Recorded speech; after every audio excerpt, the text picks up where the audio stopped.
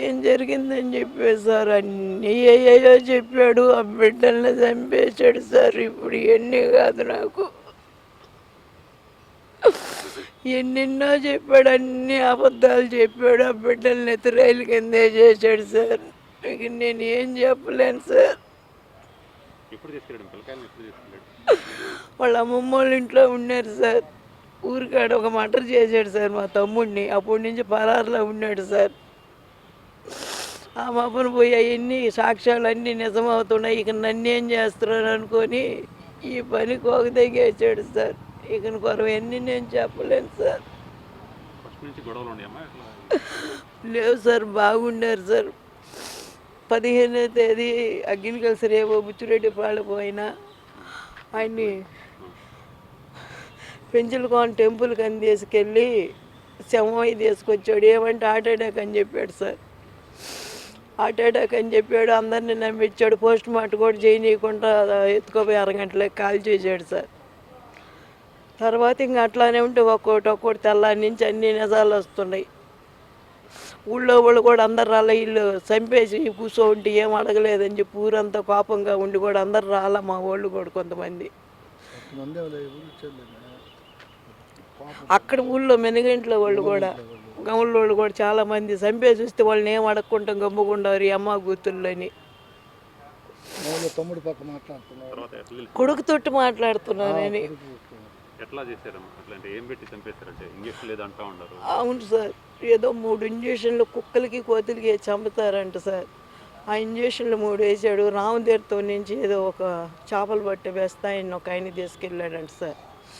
ఆయన్ని తీసుకెళ్ళి ఆయన ఇంకొక ఆయన రవీంద్ర రెడ్డి అంట సార్. ఆయన రవీంద్రేనని చెప్పి తెలిసింది సార్ వాళ్ళ ఇన్వెస్టిగేషన్లో. ఆయన్ని ఈ హరికృష్ణ ముగ్గురు కలిసి నడవాడి శ్రీహరిని చంపేశారు సార్. ఇంజక్షన్లో ఒక ఆయన వేసాడంట, ఒక ఆయన గొంతుకు తాడేసి లాగేసాడంట, ఇంకొక ఆయన బాడీకి టవల్ వేసి పెద్దది లాగి ఇరగదీసి కట్టేసేసేసి చంపేసి తీసుకొచ్చేసారు సార్. చంపేసి తీసుకొచ్చేసి హార్ట్ అటాక్ అయ్యి చచ్చిపోయేసాడు. గుండెల్లో నొప్పి అన్నాడు. మంచినీళ్ళు ఇచ్చాను. మంచినీళ్ళు ఇచ్చేసరికి తాగేసేసాడు. నా పక్కన పడిపోయేసాడు నా పైన. నేనే డ్రైనింగ్ చేస్తున్నానని చెప్పాడు సార్. అని చెప్తే ఇక అదే నమ్మాను సార్. ఎంత ఘాట్లు ఉన్నాయి సార్ మాకు, అంత ఘాట్లు ఉన్నాయి. అది కాదని ఎంత వాదిచ్చినా అదే ఫిజియోథెరపీ చేస్తున్నాను. గుండె నొప్పి వచ్చేసరికి ఆతుర్తో చేయటం, గోళ్ళు గుచ్చుకున్నాయని చెప్పారు సార్. అది నమ్మే తర్వాత ఇక ఒక్కోటి నిజాలు వెలుగులోకి వస్తుంటే అరగంట లోపల కాల్ చేసి ఇవన్నీ చేసేసేసరికి డౌట్లు ఎక్కువ అయిపోతున్నాయి సార్. వాళ్ళ స్టాఫ్ అంతా కూడా ఈ విధంగా ఉంటే మీరు ఎట్లా గొమ్మగుంటున్నారని ఒప్పుకోలేదు సార్. ఉదయం నుంచి సాయంత్రం దాకా ఉన్నారు సార్. వాళ్ళ స్టాఫ్ 200-300 మంది వచ్చారు సార్. అగ్గిని కలిసిన వాళ్ళంతా మొత్తం జిల్లా వ్యాప్తంగా అందరూ వచ్చారు సార్. వాళ్ళంతా కూడా ఒప్పుకోలేదు సార్. ఇది ఏదో మిస్టరీగా ఉంది, పోస్ట్ మార్టం చేయించమ్మాయి అని చెప్పి నేడే మేడం కూడా చెప్పింది. ఈ అమ్మాయి నోరు నొక్కేసి నువ్వేమన్నా కానీ సంతకం పెడితే మా బిడ్డలో నేను చచ్చిపోతానని చెప్పాడు సార్. నువ్వు పోస్ట్ మార్టం అది ఇదని నాకు పరుగు తీసే పనులు చేసావంటే నేను చంపుతాను ఆ మామయ్యని, నేను ఎందుకు చంపుతాను మామయ్యని, నా మేనమామని నేను ఎందుకు చంపుతాను అని చెప్పాడు సార్. అని చెప్పేసరికి ఇక ఏం మాట్లాడలేక గమ్ముగా అయిపోయాం సార్. ఒక్కోటి రోజు నిజాలు తెలుస్తుండేసరికి కర్మంతరం అయిపోయిన తర్వాత మళ్ళీ పోయి కంప్లైంట్ ఇచ్చింది సార్. ఎస్పీ ఆఫీస్కి వెళ్ళి మా అమ్మాయి కంప్లైంట్ ఇచ్చేసరికి, కంప్లైంట్ ఇచ్చి గేట్ కాడికి వచ్చేసరికి అందరు ఫోన్లు సార్. సీఏ వచ్చాడు, సీఏ వచ్చి ఫోన్ చేశాడు, ఎక్కడమ్మా ఉండేది వాళ్ళ అడ్రస్ చెప్పండి అని. సీఏ కూడా వచ్చేసాడు సార్ అప్పటికప్పటికి. కంప్లైంట్ ఇచ్చి గేట్ దాకే సీఏ వచ్చాడు. ఆయన ఒక ఫోన్లో ఒకటి పెట్టేశాడు సార్ వీడియో. ఇది నాకు ఇట్లా పలానా దగ్గర ఈ ఆస్తులు ఉన్నాయి, ఇది ఉన్నాయి అన్నీ డూపేశారు. ఒక వీడియో పెట్టాడు.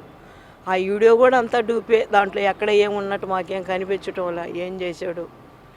ఇట్లా చేసి ఇప్పుడు అవన్నీ నన్ను పట్టుకొని పోతారు, నేను చంపేశాను, ఇది బాగా బలంగా ఉంది, నేను చంపానని అందరికీ తెలిసిపోయింది, నేను తలెత్తుకొని తిరగలేను, ఇక నన్ను వాళ్ళు ఖచ్చితంగా పట్టేస్తారని చెప్పి అప్పటి నుంచి పరారులో ఉన్నాడు సార్.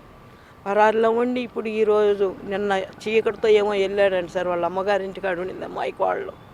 అక్కడికి వెళ్ళి పురుగుల మందు తీసుకొని నేను నా పెళ్ళాం బెడ్లు పంపించండి లేకుంటే ఇది తాగేస్తానని వెళ్ళకి వాళ్ళు పంపించారంట సార్.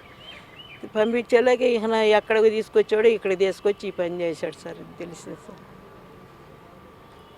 ఇంకా చాలా